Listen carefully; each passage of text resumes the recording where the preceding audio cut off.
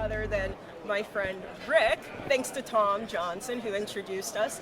Gee, that was about 2 years ago, right? Was it 2 years ago? Might have been a little more. It may have been 3 years ago. I think it was probably 3 right years ago. before Yeah, all things technology, techs, EV. So I'm Rick Sapieza, and I'm with North Carolina State University at the Clean Energy Technology Center. And what I've tried to do is help build a community to exchange ideas and help each other. We've done it with the Sustainable Fleet webinars, which we're in our 9th year right now, and the Sustainable Fleet Technology Conference. But you bring up electricity. I mean, when you do any alternative fuel, first question you ask, do I have access to the fuel? If you don't have access to fuel, you've got a big problem. And we've seen, folks, there's been some stories where vehicles have ordered, and then they start to look at their infrastructure, and they can't get the infrastructure, and the vehicles show up, and they don't have no way to charge them.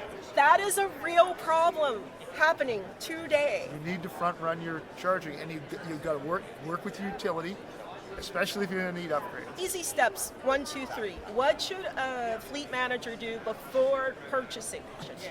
Before they even make the decision to buy, they need to see if the vehicle fits their use case.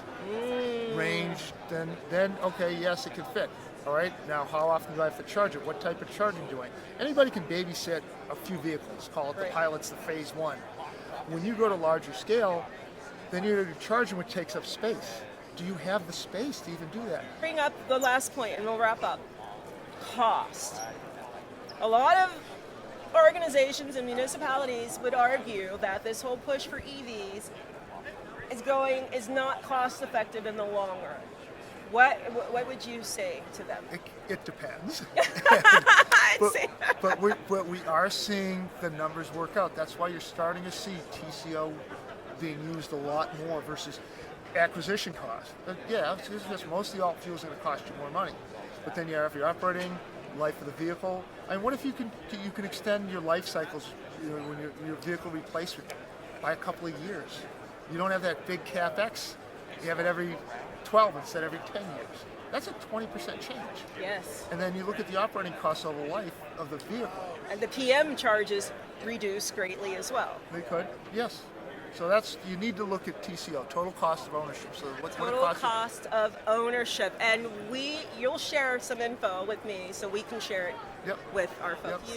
And what an honor. You are truly an influential and helpful voice in fleet. Thank you, Rick. Well, thank you. All righty. Good job.